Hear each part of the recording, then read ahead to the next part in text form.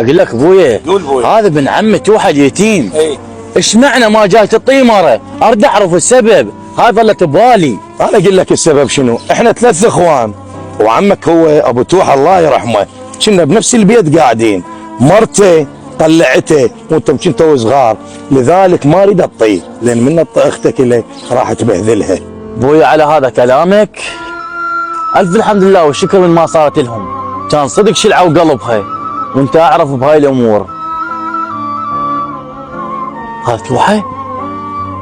اي قاعدين على الشميسه ومرتاحين وانا قلبي محترق. وين تروح منا ابو الليل التوبه حلاوه الا اشوفكم نهاركم اسود.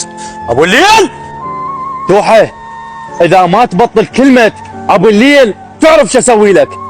هذا عمك والعم مثابه الابو، شنو سوى وياك خاطر يصير هيك حكيك؟ سالار كنت اتصورك ابن عمي واخوي. ابو الليل هذا الفرح مالك راح قلبه نياحه.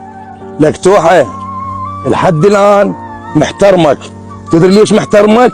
الخاطر اخوي الله يرحمه اتحرك منا ووارينا عرض شتافك قبل لا اسوي لك سالفه واخلي الامه تسولف بيها. تحرك ويه ما يخالف، هذا ابن اخوك ومنا عالم، شو تقول عليه الناس؟ يتعارك هو وابن اخوه يوميه جاينا متهدد علي. خالف انت اكبر من هذا الشعوب.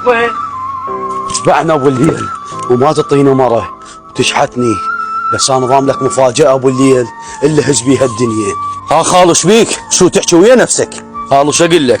ابو الليل هم شحتني، انت توقف وياي لو ما توقف؟ خالو مع الاسف عليك، هذا سؤال ما تسالني اياه، روح ارتاح وما عليك، روح خالو.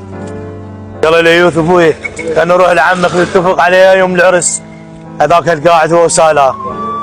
السلام عليكم. وعليكم السلام. مساعدك عمي، شلونك زين؟ شلون صحتك؟ هلا ابو مساعدك اخوي، شلونك زين؟ مساعدك عمي حبيبي.